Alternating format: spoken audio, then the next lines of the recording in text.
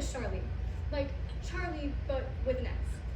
I'm here tonight at this meeting of Mall Walkaholics Anonymous because I'm addicted to mall walking. You all know what it is. Aerobic exercise in the mall before the stores are opened. No wind, no rain, no extremes of hot or cold, and the distances were no trouble either. They said it was 3/16 of a mile between Jason Nichols and Bullseye, and I had done that 3 times in 10 minutes during the January white sale when I had forgotten my credit card on the checkout at Nichols after buying these adorable dinosaur sheets for our nephew's birthday. And then remembered I had forgotten it when I was buying the fuchsia towels and matching shower curtains at Bullseye, and I had rushed back to Nichols. And I made that incredible time without knocking anyone down. Unless you want to count that janitor cleaning up the ice cream spill between the Gothic sausage shop and the trademark card shop, but he'd been laying on the floor already, so you could hardly count that. One hot morning in August, I decided I would join my friends. Little did I know then the trouble I was getting myself into. I had just bought the cutest aerobics outfit, and I got a pair of walking aerobic shoes with those little air-powered shock absorbers. My 2 friends Bethy and Bobette always started their workout at 7:30 in the morning. But after a week of getting up before Today's Morning in America came on television, you know that show, don't you? The one with the pretty blonde? Well, I guess they all have pretty blondes, don't they? I decided I would walk at 8:30 by myself. Even at that time, I was able to park in my favorite parking spot just outside Lanyards. I always parked there, ever since that unfortunate incident when I couldn't find my car and reported it stolen to the police. And I didn't remember until after my husband had been arrested that we'd switched cars that morning. Everything was so ordinary. I'd been shopping in malls all my life. I had no way of knowing I was about to become a mall walkaholic. 30 minutes of walking the 3/16 of a mile by myself was all it took to get me hooked. That first morning, I bought at least one thing from every store in the mall. I even tried to sign up at the neighbor recruiting office. Mall walking became a cover for shopping, although I did not realize how quickly I was sinking into walkaholism. I dressed every morning. I intended to walk with my friends, but instead I waited in my car until every light was on in Lanyards. Then I would rush in and buy whatever was on sale. That's why I now own a set of matching Polynesian drinking mugs shaped like genuine coconuts. I dressed like I was doing aerobics, but really, all I was doing was power shopping.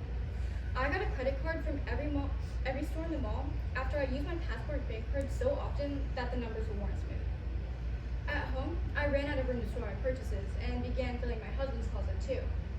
He began to suspect something was wrong when he could no longer find any clean shirts in between the packages, but he did not know how bad it had become or how much I needed to shop.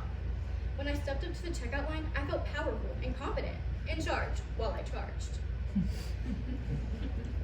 At first, I made sure I was home every day by supper time, but gradually my mornings, afternoons, and finally evenings were consumed by shopping. I didn't care who I bought for. It didn't matter that no one I knew could use the ultra-pneumatic waterless denture and contact cleaner. It was on sale. It was inevitable that the good times had to come to an end. I reached the credit limit. I would put my selections on the counter, and they would bring me up in their computer. Then they would look at me, take my card, sigh, and get out a yard-long pair of scissors. No matter how loud I wailed and screamed, the result was always the same. They cut my charge card into tiny pieces while I watched. Forced into shopping withdrawal, I no longer tried to hide the compulsion, and I told my husband what had happened. I had to. I wanted his available credit line. But he refused to get me another card and insisted that I quit shopping. I tried. I really did. I gave away my aerobic shoes and workout suit, and my husband took away the keys to my car. For 6 weeks, I stayed at home and was my old self again. But then, early one morning, Bobette took me with her to walk in the mall. I had taken only 3 steps before I started screaming.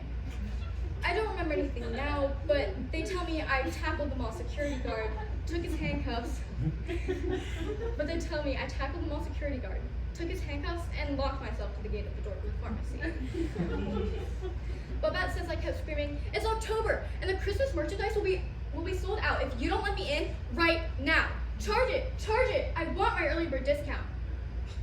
After the paramedics cut the handcuffs off, I was taken to a hospital. They suggested that I come see you. I freely admit it. I am a mall walkaholic.